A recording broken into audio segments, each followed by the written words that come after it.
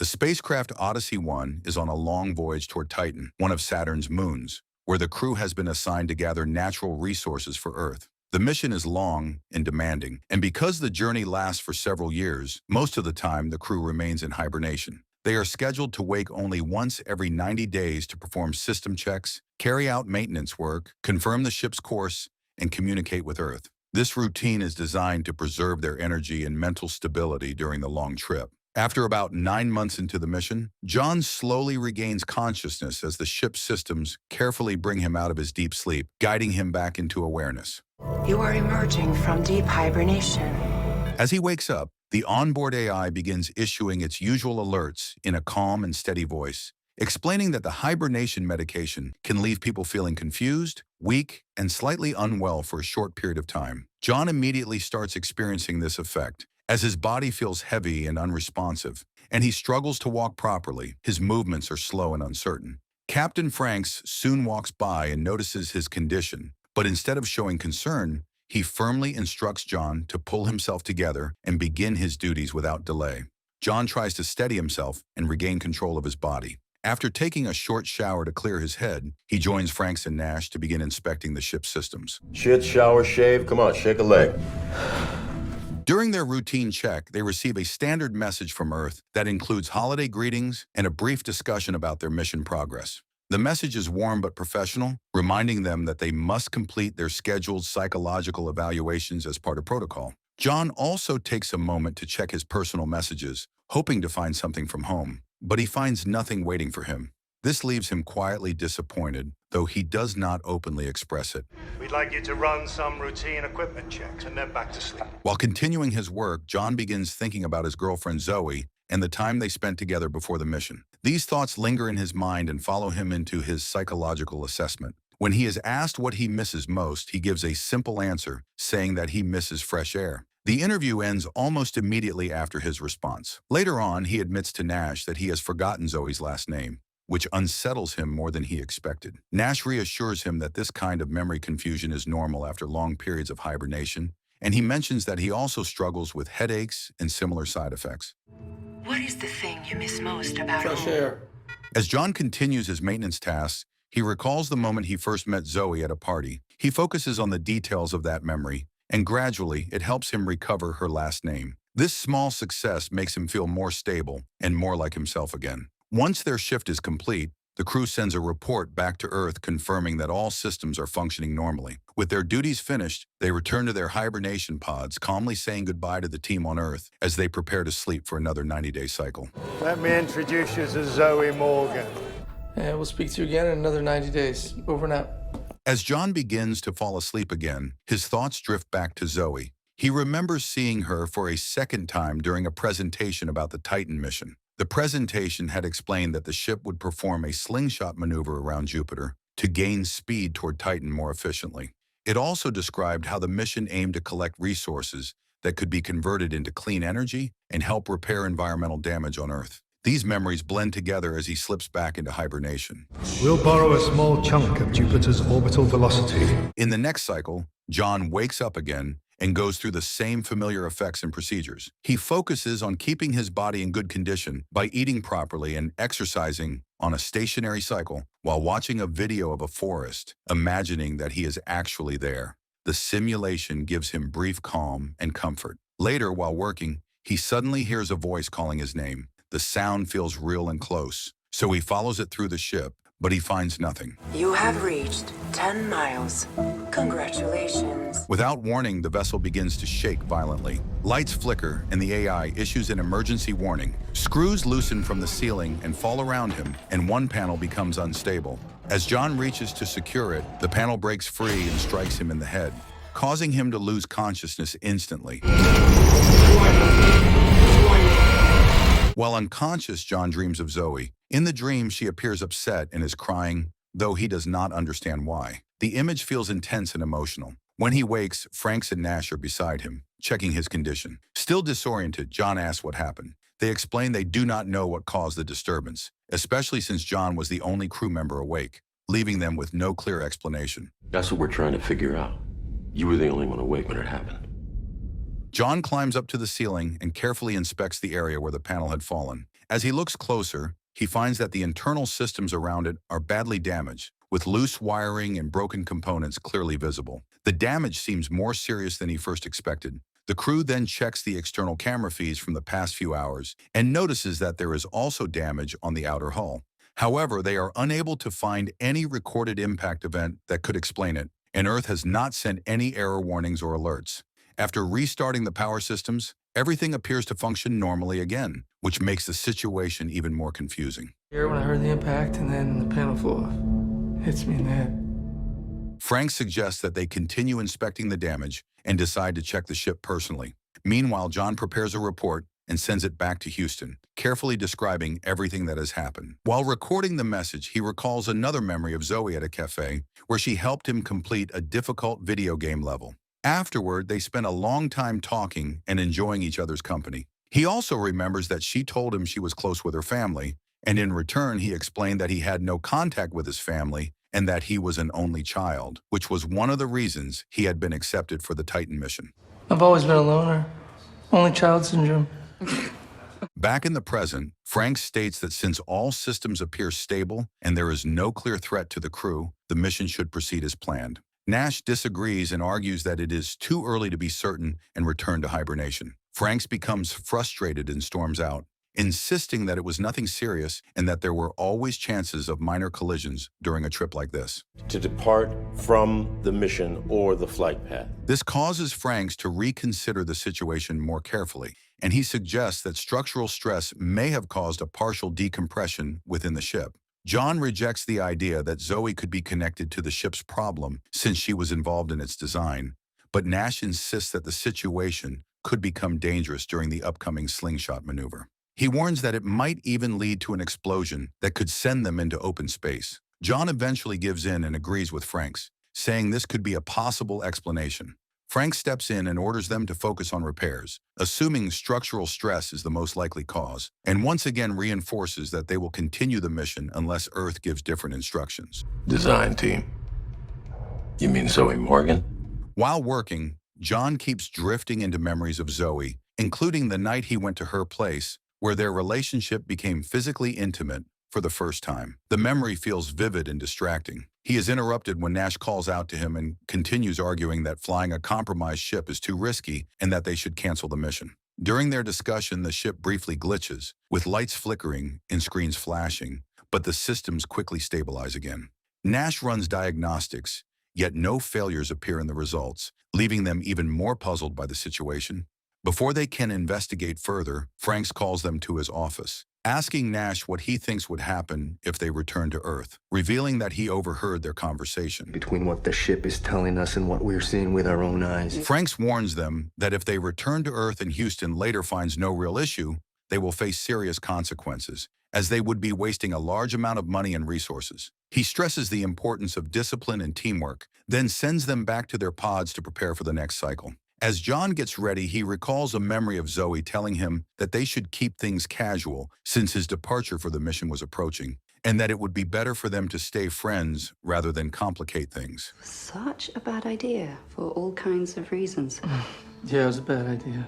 Before going to sleep, Nash approaches John again and suggests altering the sleep schedule by reducing it slightly so they can wake earlier than Franks and carry out a return maneuver toward Earth using the slingshot. He explains that they could use Jupiter's gravitational force to launch themselves back toward Earth instead of continuing to Saturn, allowing them to return quickly and properly diagnose the issue. We both know that bullshit is gonna get us all killed. John rejects the idea, calling it mutiny and refusing to go against orders. Nash then shares a story about an Antarctic research team that discovered a dangerous crack in the ice. He explains how their leader refused to evacuate and how the situation eventually led to deaths before rescuers arrived. He says the crew were effectively killed by their own leader because they could not stand against him. The story is meant to pressure John into agreeing with his plan. But the scientists didn't even try to overpower the commander. They were too weak. Eventually, John agrees to help Nash, but only if they find clear proof of further ship damage after the next hibernation cycle. He sets a modified sleep timer and goes back into hibernation, thinking about his last period on Earth with Zoe, where they spent private time together but kept a professional distance in public during Titan mission lectures. In the lecture, Zoe explains that the oxygen on Titan can be used to get the crew back on Earth, a detail that stayed in John's mind. The ship shows no further evidence of being damaged, then we stick to the original flight plan. I think we all know the answer to that. You won't have enough fuel for the journey home. When John wakes again, he briefly believes he sees Zoe inside the ship, but it turns out to be a hallucination. Nash checks on him, and John admits to seeing things that are not real, telling him the whole experience is causing strange psychological effects. Nash uses this as another argument for returning to Earth. They head to the bridge where no message from Earth is waiting. They watch Jupiter for a moment, closer than most humans have ever been, and John decides he will not follow Nash's plan without solid evidence. John proposes they should not go behind Frank's back and betray him, even if things feel uncertain. You know it wasn't her, right? I'm saying that I'm seeing things that aren't there. Their disagreement escalates until Franks arrives, revealing he has already been monitoring them and has also adjusted his own wake cycle early. He orders Nash back to work, and when Nash resists, Franks quietly says something to him that immediately makes Nash comply and leave the room. That's going to be a challenge since we're all on the same spacecraft. Franks later approaches John in a calmer moment, asking whether they consider each other friends, and offers to share a drink with him. They sit looking at the gas giant. Franks reassures John that if any real evidence of danger appears, he will stop the mission immediately. He tells him that different people react differently to the hibernation process, with some developing mental symptoms and others physical ones, and explains Nash's condition as a possible side effect. I'll cancel the mission. You know that, don't you? Yeah. Elsewhere, Nash is in the kitchen acting anxious and unstable when John enters to eat. Nash tries to pressure him again for support, but John refuses. Nash feels betrayed, asking if he is now on Franks' side. He becomes increasingly erratic, raising his voice about the damage on the ship until Franks arrives. There's no threat to our survival. He told you to say There's that. no threat. Franks questions whether the slingshot maneuver can be done without Nash's cooperation. John confirms it can still be calculated through the onboard systems. After hearing this, Nash freaks out and Franks restrains him, telling him he will report his behavior to Earth for insubordination when communication is restored, then removes him from the situation. Communications with Houston. I'm giving them a full report on your insubordination. John continues his routine duties but remains distracted by thoughts of Zoe and the time they spent together back on Earth, eventually isolating himself in a dark area of the ship to clear his mind. Later, he inspects the previously damaged panel, now temporarily secured, and enters the exposed section of the ship. Inside, he finds cables sparking and unstable systems. A device begins to malfunction violently, throwing off sparks as structural components fail. John starts questioning the incident. Then suddenly, the outer hull starts to crack open, and John struggles to hold on as the ship seems to vent space around him, pulling him outward. He loses his grip and drifts into emptiness, falling towards Jupiter, before suddenly waking up, realizing the entire event was a hallucination. Franks then announces that it is time to begin the slingshot maneuver.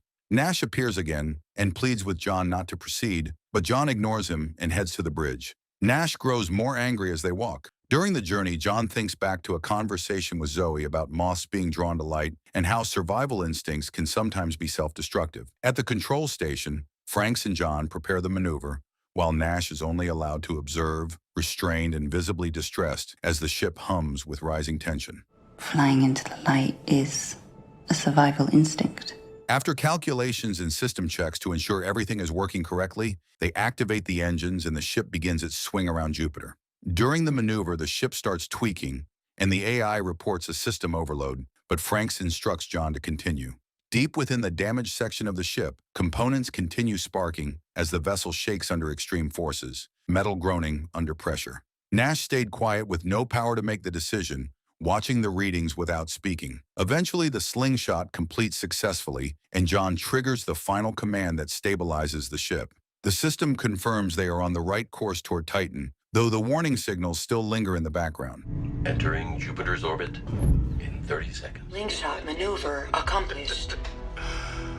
The crew briefly celebrates with a drink, trying to ease the tension. John then returns to exercise and maintenance duties as normal. While checking communications, he hears a strange sound through the radio and brings it closer, only to hear someone calling his name again, faint but clear. He was puzzled by the incident and rushed to tell the others, feeling increasingly unsettled by repeated strange signals. When he reports it, The others deny using the channel, suggesting it may be an echo from previous communication, telling him the radar shows nothing nearby. Nash dismisses it as another hallucination. Franks ends the shift and orders them back into hibernation. You hit the wrong button or you dozed off. I didn't doze off. During sleep, John dreams of the moment when he was selected for the mission. He was working out in a gym and got a call asking him to come to the office. He went in and got told about the news in detail. In the dream, he recalls telling Zoe about it and seeing her reaction turn emotional and conflicted. She admitted she had developed feelings for him, but also revealed she voted against his selection because she did not want him to leave. John responded by prioritizing the mission over their relationship, which left her upset, and he walked away angry at what she did. I really didn't want it to be you. When John wakes again, he feels more disoriented than before, his thoughts slow and heavy.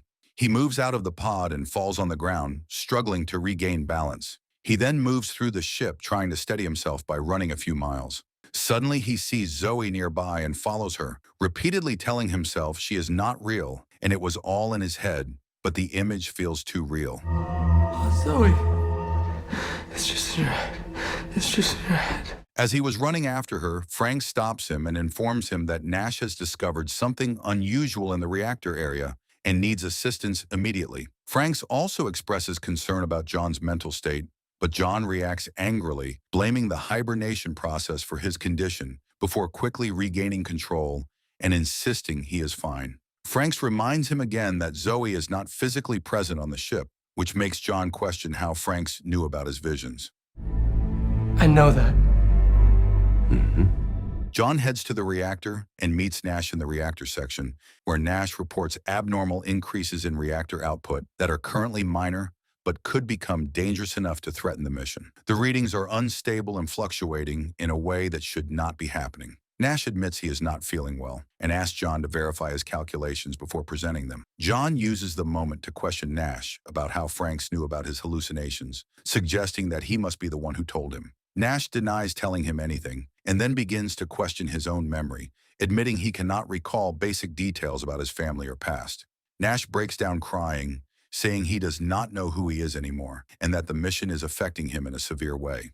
I can't remember my parents' names. I don't even remember what they look like. John tries to reassure him that it is likely a side effect of the medication, but Nash becomes more unstable, bringing up Zoe and suggesting she may have moved on completely. As Nash spirals further, John becomes more defensive and orders him to stop immediately. The situation escalates when John realizes that there are no actual readings on the screen and concludes that Nash has been hallucinating about the data. At that moment, Franks calls them to the bridge, while Nash still insists that something is wrong with the system. Nash reminded him to think of the story he told him earlier, sounding increasingly desperate. Nash, John, I need you in the bridge.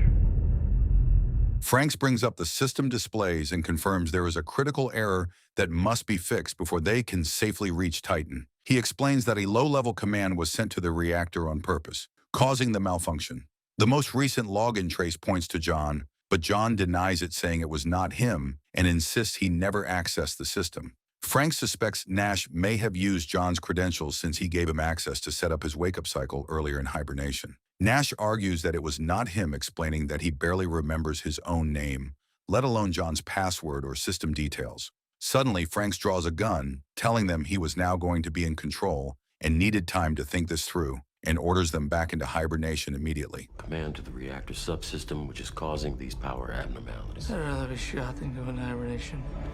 That can be arranged. John was the first, and he moved toward his pod and got ready for his deep sleep, his movements slow and uncertain. Frank suddenly started hitting Nash heavily with the weapon, losing control in the moment. John was shocked to see Frank striking Nash violently. A struggle breaks out between them, and Nash is forced back toward John's pod, while Franks continues attacking him in panic. The scene becomes chaotic, alarms faintly echoing, and John loses awareness as he slips into sleep before seeing the outcome. You will be asleep in 5. In his sleep, John dreams about the night before the mission when he visited Zoe to say goodbye. In that memory, he told her he was excited about his journey, mentioning he had been waiting for this day all along, despite the uncertainty. She apologized for how things ended, telling him she knew from the start that he was planning to leave and she should not have expected him to stay. She questioned whether he ever truly loved her. but John avoided answering and left after saying his final goodbye, carrying that silence with him. It's okay. When he wakes again, he feels extremely unwell and vomits, struggling to steady himself. He has disturbing flashes of Frank's attacking Nash before he falls asleep, each image feeling sharper and harder to ignore. He also recalls Frank's previously asking whether they were still on friendly terms, which now feels unsettling in hindsight. John goes searching for the others, moving through the halls, but cannot find anyone until Frank suddenly appears behind him as if he had been watching. John asks Franks where Nash was. Franks explains that Nash was unstable and has been restrained in his pod until they reach Titan. John tells him he had seen everything before going into hibernation and saw him attacking Nash. Franks calmly explains he needed to take action since Nash was becoming more unstable and unpredictable. John asks Franks to put the gun away, but Franks still keeps it, saying John may also become unstable under pressure. John insists he is stable and only having occasional hallucinations, trying to convince him. If I was certain that your condition wouldn't degrade. I'm fine. When John insists he is fine, Frank shifts the conversation to Nash's earlier Antarctic story, revealing it was inaccurate. He explains that the commander actually ordered evacuation, but the crew refused to leave out of fear and confusion, and the commander later died alone from self-inflicted wounds, overwhelmed by the situation. The commander acted courageously. What about the scientists? What about all the autopsies? Franks insists the mission must continue at any cost and sends John back to work, telling him they should prioritize establishing communication with Houston. While checking systems, John notices something disturbing in his arm and believes his veins are darkening. His body seems to mutate violently, and he experiences intense pain as if blood vessels are bursting, but it quickly turns out to be another hallucination fading away. He then hears voices calling his name, but no one is present. In the kitchen, John tells Franks that there was no update with the communication status. Franks comments on John's shaking hand and asks if he is okay. He then brings up Zoe again. John reacts angrily and tells him to stay out of his personal life and never mention Zoe again. Franks then claims that Zoe was never actually his girlfriend and says she was assigned by the mission committee to monitor his mental condition before launch. John denies it, saying the drugs are affecting Franks and he may not be fit to lead the mission. They wanted to make sure you had what it takes. That's why they used Zoe.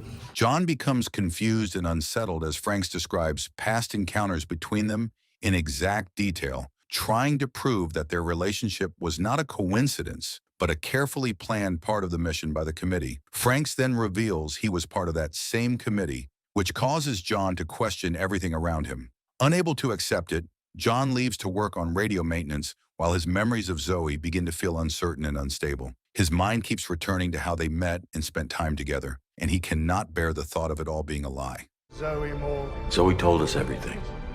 She was just doing her job. Shortly after, John receives a radio transmission from Houston asking questions. He explains their situation, telling them they suffered structural damage but are fine and still en route to Titan. He adds that Nash is having problems and has been placed in hibernation. However, the communication breaks down and the call ends abruptly. After seeing the situation, Franks summons him to the bridge and angrily tells him he cannot possibly be in contact with Earth at their current distance. Nash is in hibernation because, John insists he received the radio signal and is not imagining it. Franks tells him he wants contact so badly that he is creating hallucinations. He shows security footage that appears to confirm John was speaking to no one. Franks tries to calm him by emphasizing how far they are from Earth and how unreliable perception has become. John slowly begins to accept his explanation. 600 million miles. You want someone to be there that bad? Franks tells him they need to work together, and John agrees. Franks then says it is time for his next hibernation cycle. John retreats to a separate room and locks the door. Franks demands access. John refuses, saying he needs to check on Nash. Franks tells him he already placed Nash in hibernation sleep and cannot wake him now. He warns John that he could force entry through the computer system, but is choosing to give him the chance to comply. John finally opens the door and asks to be taken to Nash. Franks immediately attacks him, pushing him into the wall and then to the floor, threatening to kill him if he refuses to comply. Franks drags him toward the hibernation pod, ordering him to get in. Having conversation with empty static. Take a look. His sleep cycle just started. I just reset it. Remembering what he believes happened to Nash, John fights back to disarm Franks. A violent struggle follows as both men struggle for control of the weapon. Franks nearly chokes John to death, but John manages to break free by striking him and overpowering him in a desperate final effort.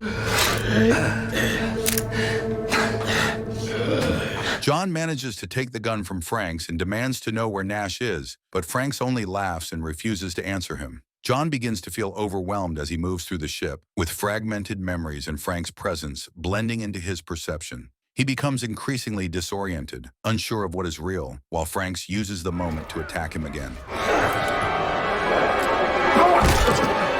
Another struggle breaks out, and John gains the upper hand. He breaks Franks' nose, then strikes him hard with the gun, knocking him unconscious. Memories of his time on board as well as the time he spent with Zoe keeps creeping back in, overlapping and distorting his focus. Afterward, John goes to the bridge and checks the ship's cameras, searching for Nash throughout the ship, but finds no sign of him anywhere. Franks suddenly appears again, and John reacts immediately, pushing him away and beating him until Franks stops moving, his perception still unstable and shifting. John then turns to the AI and asks for Nash's location. The system responds that Nash is alive and currently on the bridge, which confuses him further because he could not see him moments earlier. He asks the AI where Captain Franks is and receives the same answer. When he requests the full crew manifest, he discovers there is only one crew member listed. His identity is shown as a combination of the names John, Franks, and Nash, revealing that the two other astronauts were never real and existed only in his perception. He asks the AI if he is alone and slowly realizes he has been alone the entire time, and his mind begins to break under the weight of this realization, struggling to accept it. Yes, the crew is alive. Am I alone? Yes. In distress, John briefly considers ending his own life, but instead heads to the radio system to contact Earth. A transmission comes through and Zoe responds. Unsure whether she is real or another hallucination, John doubts himself, questioning if he is imagining everything again or if this is finally real. He then explains everything he has experienced, including the supposed crew, the system failures, and the events aboard the ship that felt so real to him. What is the thing you miss most about home? Zoe responds by explaining that he was accidentally given a higher dose of medication, which triggered severe hallucinations during hibernation cycles. She confirms that he is the only person on the mission. He asks her why the radio transmission is working over such a vast distance. She then reveals a larger truth. The voyage never actually launched into space. John had been placed inside a highly realistic simulation facility located in New Mexico, built underground to study the psychological effects of long-term isolation and hibernation on astronauts. Everything he experienced, including the ship, Jupiter, and the mission timeline, was part of this controlled environment and not real at all. Houston, or whoever is out there, I don't know if you can hear this. What? You were in hibernation before launch. She further explains that an earlier earthquake damaged the facility and caused the strange system failures he interpreted as ship damage, and that communication was cut off during that time, which prevented her from contacting him sooner. Zoe tells him that a rescue team is already on their way and instructs him to leave the simulation by going through an airlock that leads to a rescue tunnel. I'm right here, John. I'll be waiting for you. John prepares to escape, but Franks appears again and insists that Zoe's message is itself a hallucination created by his mind to explain what he cannot understand. John refuses to believe him and tells Franks he is not real. Franks tells him it is his body reacting to the hibernation medication and instability. John rejects this and proceeds toward the airlock anyway, while Franks continues warning him that he is endangering himself. Where you and Zoe ride off into the sunset together. You can't prove it. As he enters the final passage, he says a quiet farewell to Zoe and activates the exit. Zoe tells him she is waiting for him on the other side. The countdown finishes and the door finally opens. Outside, he finds what appears to be an underground tunnel system beneath the facility, with emergency lighting and machinery working in the distance amid the aftermath of the earlier earthquakes. Above him is a structure resembling the ship he believed he had been traveling in. Never leave. I know that she's waiting for me. Trust yourself, John.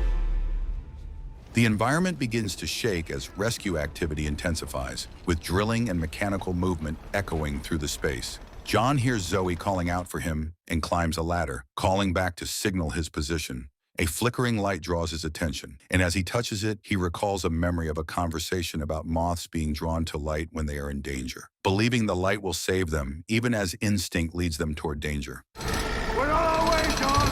Just hold out! At that moment, the situation collapses into confusion once again. It becomes unclear whether he has truly escaped or if this final experience is another layer of the simulation. The story ends with John's perception breaking as he is pulled into the void of space, his reality dissolving completely.